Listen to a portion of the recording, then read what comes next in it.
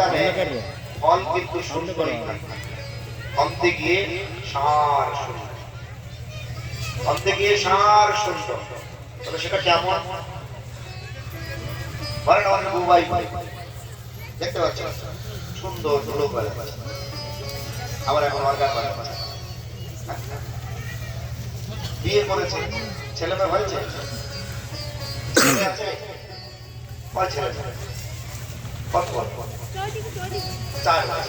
এখন যদি আমি বুবাই বই ছেলেকে বলি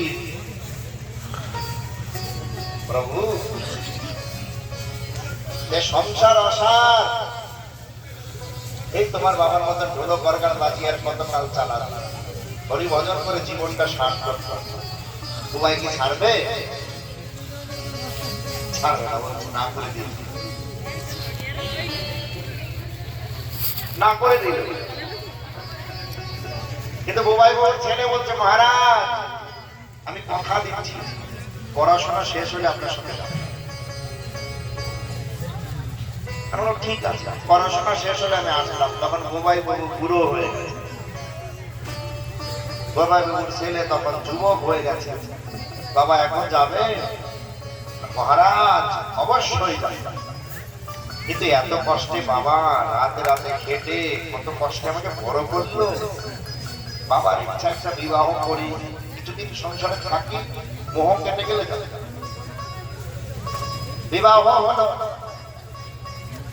বিবাহ হয়ে যাওয়ার পর বেশ কয়েক বছর পর আবার গেলাম, বলছে মহারাজ আগেই তো ভালো ছিলাম, এখন এই পত্নীকে রেখে গেলে আমার শ্বশুর বাড়ির লোক ছাড়বে কি?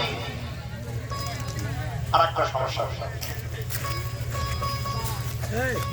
যাবো একটা সন্তানাদি হোক,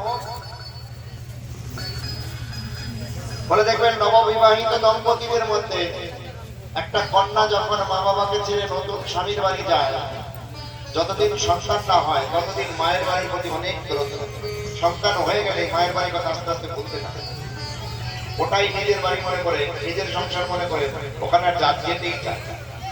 বলে একটা সন্তান হয়, আমিও ভাবলাম ঠিক আছে, বলছে যে হতে বুবাই বুবা রাগ করছে না, রাগ নেই, তাহলে তো নিষ্কিঞ্চন 7 মাস। এইভাবে আবার গেলাম, সন্তান হওয়ার পরে গেলাম, সে বলছে মহারাজ আগে গেলেই তো ভালো হতো, কেন যে পড়াশোনার দোহাই দিয়ে থাকলাম, এখন দেখেন সংসার বেড়ে গেছে, এই ছোট ছোট সন্তানদের মানুষকে বাবা তো বুড়ো হয়ে গেছে,